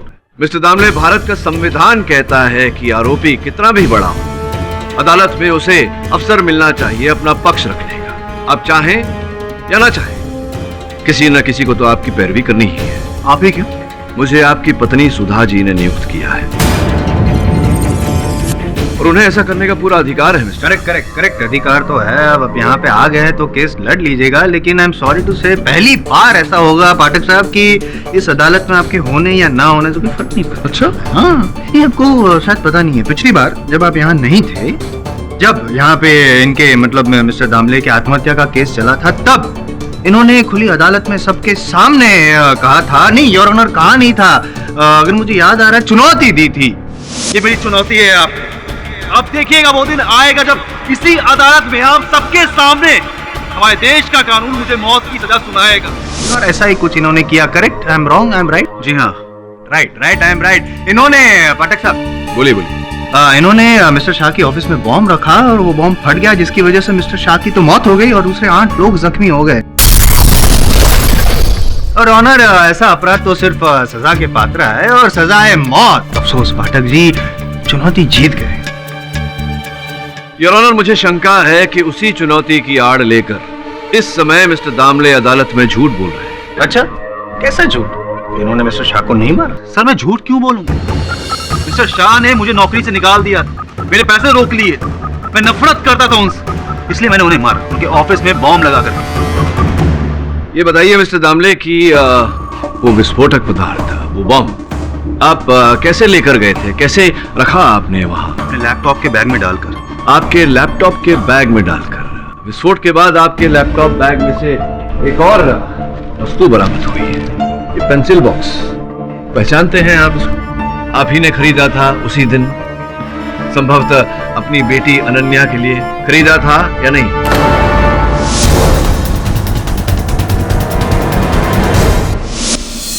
खरीदा था या नहीं? जी, मैंने ही खरीदा था सर। अब कृपया अदालत को बताएं कि जब आप जानते थे कि आपके लैपटॉप बैग में बम रखा हुआ है जो फटने वाला है, विस्फोट होने वाला है, उसी के साथ आपने अपनी बेटी के लिए खरीदे हुए भेंट को रखा, ये जानते हुए कि वो भेंट भी नष्ट हो जाएगा, ऐसा आपने क्यों किया? इसमें पूछने वाली कोई बात ही नहीं है, ये कॉमन सेंस वाली बात है। इसमें सोचना क्या और पूछना क्या? अब सोचने वाली बात तो सोचने वाले ही सोच सकते हैं मिस्टर जायसवाल, कि इनके स्थान पर अगर मैं होता या आप भी होते, अगर आपने अपनी बेटी के लिए भेंट खरीदा होता तो वो भेंट विस्फोटक पदार्थ के साथ न रखते, ताकि उसे घर ले जाकर अपनी बेटी को देख अपनी बेटी के मुख पर खुशी देख पाते। जिस आदमी ने बॉम्ब रखने से पहले अपनी बेटी की खुशी के बारे में नहीं सोचा, वो बॉम्ब रखने के बाद पेंसिल बॉक्स खरीद के क्या खुशी के बारे में सोचेगा अपनी बेटी की? अब ये सोचिए कि इन्होंने अपनी बेटी के बारे में सोचा ना होता तो ये पेंसिल बॉक्स अंततः खरीदा क्यों? I don't believe this, पाठक साहब। एक पेंसिल बॉक्स के बिना पे आप इन्हें अक्यूज बॉक्स से बाहर निकलवाना चाहते हैं, बेगुनाह साबित करवाना चाहते हैं? जी, क्योंकि मुझे कोई संदेह नहीं अपने मन में कि ये निर्दोष है। आपको ऐसा लगता है कि मुझे नहीं मालूम था कि उस बैग में बॉम्ब था? और केवल कह नहीं रहा, अदालत में साबित भी करूंगा। नॉनसेंस सर, बैग में बॉम्ब मैंने खुद रखा था। चलिए तो बताइए, कैसा था वो बॉम्ब? मतलब रंग, रूप, आकार, प्रकार, वजन कितना था बम का? कहां से आपने प्राप्त किया उस बम को? कितना मूल्य चुकाया आपने उस बम के लिए? बताइए ना कुछ, बताइए। वो बोलिए ना। वो मैं कुछ बोल? पाठक साहब, क्या है ना, आम खाने के बाद पेट गिरने से क्या फायदा होगा, है ना? आम तो गया काम से, और इनके बॉम्ब विस्फोट की वजह से एक आम आदमी भी मर गया, वो भी गया काम से। जब ये खुद कबूल कर रहे हैं योर ऑनर कि इन्होंने अपराध किया है, फिर आप कैसे बात बदल सकते हैं? चलो मान लो कि आपको केस लड़ना ही है, इनको बचाना ही है, शौक से कीजिए, आप बचाने की कोशिश कीजिए, और मैं ये साबित कर दूंगा कि इन्होंने ही वो बॉम्ब विस्फोट किया था, इन्होंने ही वो बॉम्ब रखा था मिस्टर शाह की ऑफिस में, जिसकी वजह से मिस्टर शाह मर गए और 8 आदमी लोग जख्मी हो गए। साबित करेंगे 10 मिनट में।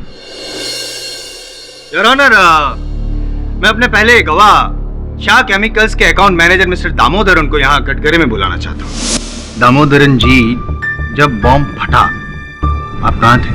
सर, मैं बॉस के केबिन से 1 मिनट पहले निकल गया था, और 1 मिनट वहां रुक जाता तो शायद बॉस के साथ मैं भी। मिस्टर दामोदरन, कहीं ऐसा तो नहीं कि आप जानते थे कि मिस्टर शाह आपके बॉस के कैबिन में बॉम्ब रखा गया, इसीलिए आप 1 मिनट पहले ही वहां से निकले? नहीं सर, मुझे कैसे पता होगा? बॉम्ब तो ये लाया था अपने साथ, अपने बैग में। मेरे पास तो कोई बैग भी नहीं था। करेक्ट, और जेब में तो हम ला नहीं सकते ना, विस्फोटक है। अगर ये बताइए कि आपने ये दामले जी को बॉम्ब लाते हुए देखा था? जी हाँ, एक काले रंग का लैपटॉप का बैग था और जब ये केबिन से बाहर निकले तब इनके हाथ में कोई बैग नहीं था। तब क्यों नहीं टोका आपने इन्हें? क्यों नहीं बताया इन्हें कि अपना बैग भूल गए हैं वहाँ? मैं टोकने वाला था। होता है, टेंशन में ऐसा ही होता है। It's okay. योर ऑनर, एक और इंसान है जिसने दामले जी को वो लैपटॉप वाला बैग जिसमें बॉम्ब था वो वहां पे छोड़कर जाते हुए देखा था। ऑफिस का चपरासी बबलू। हाँ साहब, दामले साहब उस दिन ऑफिस में आए, मैंने इनको अंदर भेजा था। इनके हाथ में काले रंग का बैग था, थोड़ा घबराए हुए थे और बैग को कस के पकड़ा था साहब। ये बताइए कि जब आप इन्हें बाहर लेके गए तब बैग इनके साथ में था? नहीं साहब, तब नहीं था। बबलू जी, आपने भी भाई जी को सचेत नहीं किया इनके बैग के बारे में कि अपना बैग भूल कर जा रहे हैं वहाँ? क्यों साहब? मुझे लगा कि ये ऑफिस में ये बैग छोड़ने के लिए आया। उस बैग में बॉम्ब है, मुझे ये नहीं पता था। पता होता तो साहब उस समय इनको पकड़ लेता। अच्छा। तो विस्फोट में वहाँ उपस्थित सारे लोग घायल हुए, आपको कहीं कोई चोट नहीं आई है? ये कैसे हो गया?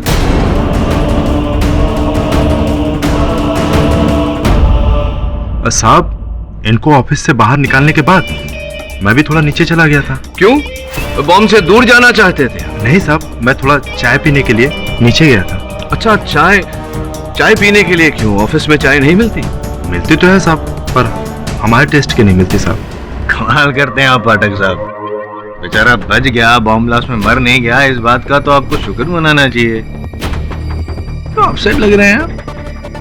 शायद अब भी आपको लग रहा है कि आपके मुवक्किल अभय दामले ने उस लैपटॉप बैग में बॉम्ब नहीं रखा, उसकी वजह से बॉम्ब ब्लास्ट नहीं हुआ। चलो कोई बात नहीं, आपकी इस शंका का भी समाधान कर देते हैं।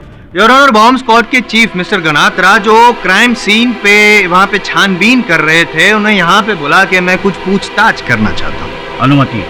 जी सर, यही वो लैपटॉप बैग था जिसमें वो बॉम्ब था। मिस्टर गणात्रा, क्या ये संभव नहीं कि ये बॉम्ब पहले से वहाँ रखा गया हो किसी और व्यक्ति के द्वारा? कैसे? 2.5 किलो का तो बॉम्ब था, कम से कम 8x6 इंच के आकार का। उसे वहाँ कोई कैसे ला सकता है? इस बैग के टुकड़ों में हमें बॉम्ब के ट्रेसेस मिले हैं जिसमें ये प्लास्टिक था। ये बॉम्ब एक प्लास्टिक बॉक्स में था और वो बॉक्स इनके बैग में था।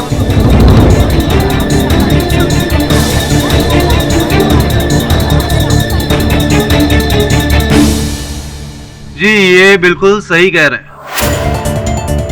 बॉम्ब मेरे ही बैग में। 100 बार मैं ये बोल चुका। एक झूठ को 100 बार दोहराने से वो सच नहीं बन जाता मिस्टर दामले। अरे कौन सा सच जानना चाहते हैं? यही ना कि मैंने बॉम्ब कहां से हासिल किया था। तो सुनिए, बॉम्ब मैंने बोरा बाजार जाकर दिलावर भाई से कुछ 11,500 रुपए में खरीदा था।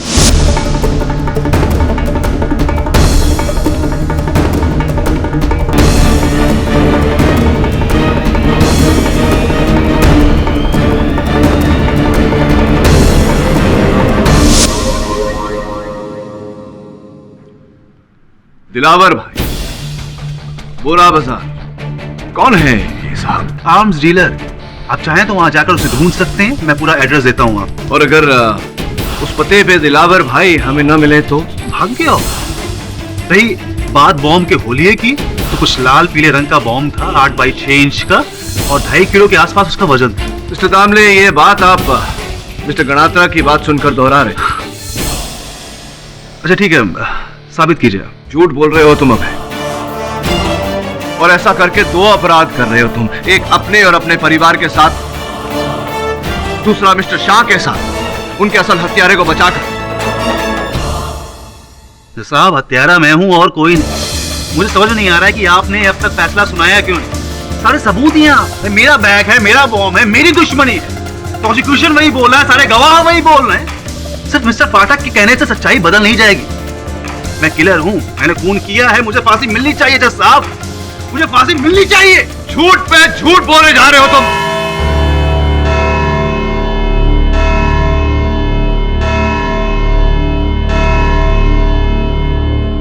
यह अदालत अगली सुनवाई तक मुलतवी की जाती है।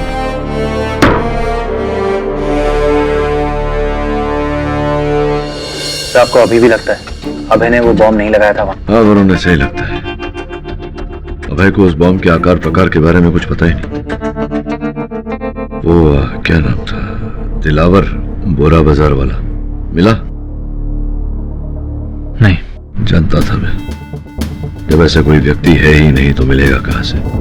अभय हम सबको घुमा रहा है ताकि हम सत्य तक पहुंचे, उससे पहले उसे फांसी हो जाए। सर ऐसे में तो इस केस का कोई फ्यूचर ही नहीं है। वो कहावत है ना, अगर कोई कुएं में कूदना चाहता है तो उसे कब तक रोकेंगे? अभय ने तो ठान लिया वो ये केस हार कर रहेगा। मैं अभय को हारने नहीं दूंगा वरुण। अभय की हार में असल हत्यारे की जीत है और मैं असल हत्यारे को जीतने नहीं दूंगा।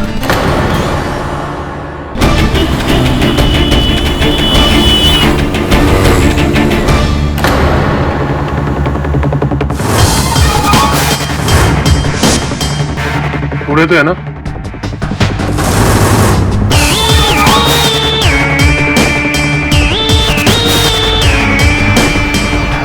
गिन लीजिए। अब आप बोल रहे हो तो ठीक है। एक बात तो है, अपन को लाखों रुपया दे करके करोड़ों रुपए का फायदा आपने भी कमाया है। फायदा तो आपको भी हुआ है।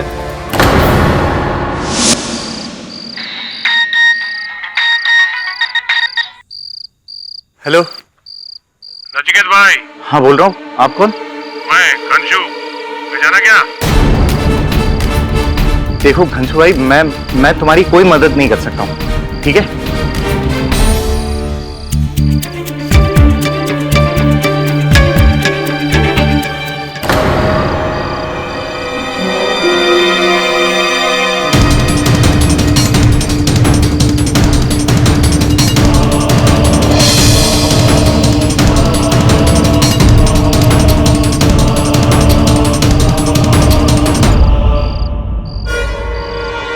तुझे घनश्याम भाई का फोन नहीं कट करना चाहिए था।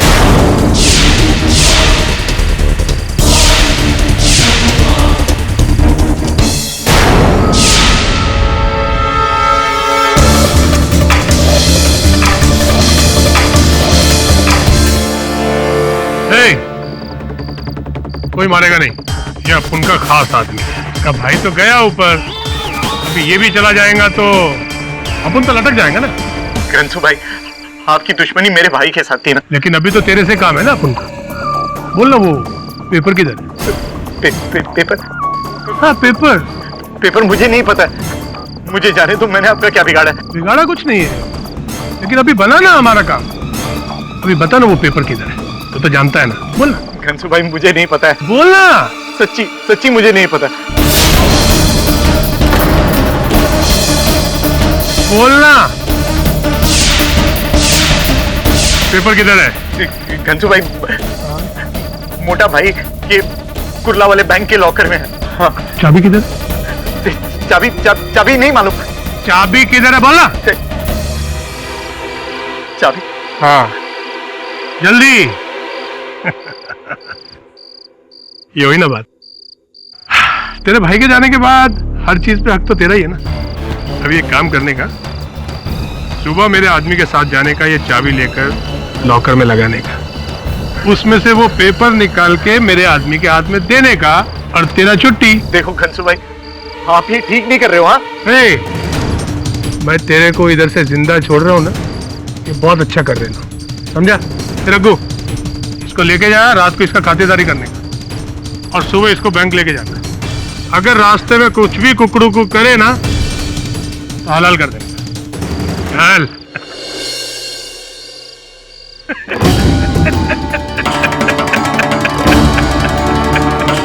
अंडा, मैं तेरे लिए क्या क्या कर रहा हूँ यार।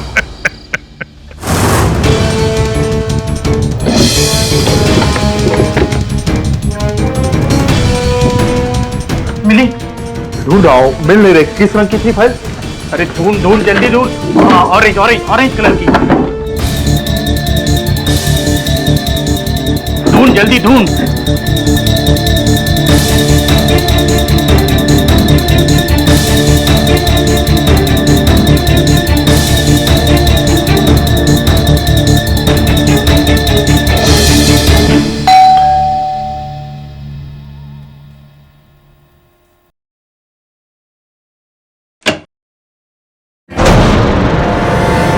भांडा जी आप देखिए, मैं आपका किराया मांगने कौन आया है?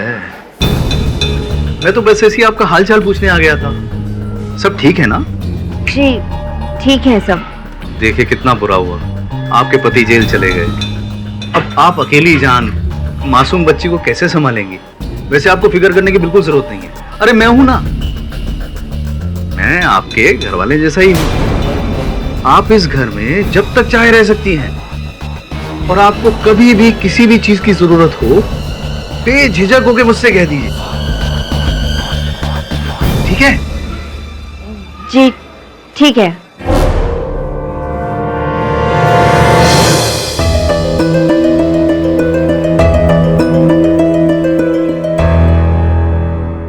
यहाँ क्या लेने आया? अब कुछ नहीं मिलने वाला है। तुम ये केस हार चुके हो। हार जानता हूं, लेकिन तुम्हारा वकील होने के नाते सोचा अदालत का निर्णय तुम्हें सुना दूं, इसलिए आया था। पर वो तो अगली सुनवाई में होने वाला है। हाँ, अगली सुनवाई में, लेकिन अब तुम इकबाल जुर्म तो कर ही चुके हो। तुम भी जानते हो, मैं भी जानता हूं कि अदालत क्या फैसला सुनाएगी। फांसी।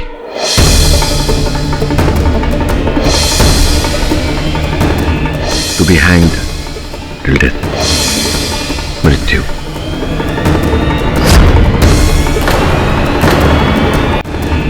To be hanged till death, मृत्यु।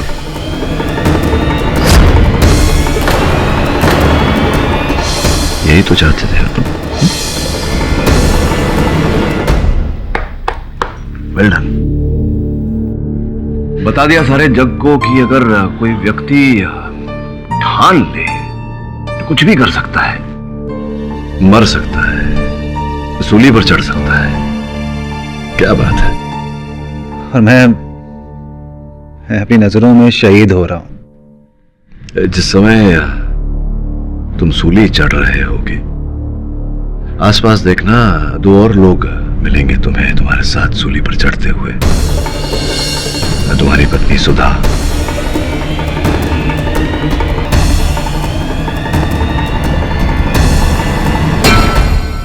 और तुम्हारी पुत्री अनन्या। मुझे नया पेंसिल बॉक्स चाहिए, पुराना वाला टूट गया। क्योंकि भैया तुम ही हो उनके लिए सब कुछ, है ना? उनका अतीत, उनका भविष्य, उनका जीवन तुम ही हो उनके लिए। और जब जीवन ही नहीं रहा तो फिर सब कुछ मौत के बराबर ही है। क्या कहा था तुमने? शहीद। शहीद वो होता है जो देश के लिए अपना जान दे, किसी विशेष उद्देश्य के लिए अपने प्राण दे। शहीद का परिवार सर ऊंचा करके, छाती तान के घूमता है, चर्चा होती है शहीद की। और ऐसे जिंदगी से डरकर भागने वाले को शहीद नहीं, डरपोक कहते हैं। तुम तो चले जाओगे यार, तुम्हारी पत्नी सुधा का क्या होगा? मोहल्ले वाले ताना तो देंगे ना, खूनी की पत्नी। बड़ी जिल्लत भरी जिंदगी जीनी पड़ी। अनन्या उन पैसों से गुड़िया खरीद कर लाएगी और गुड़िया से बात करेगी, कहेगी ये मेरे पिता ने खून किए थे, उससे पैसे मिले, उससे तुम्हें खरीद कर लाई हूं, खूनी थे मेरे पापा। अगर अनन्या तुझसे आकर पूछे कि बापू क्या तुम हत्यारे हो, क्या खून किया तुमने, क्या कहोगे तुम अनन्या से? क्या कहोगे तुम अनन्या से? कहोगे खूनी हूं मैं? हाँ, क्या कहोगे?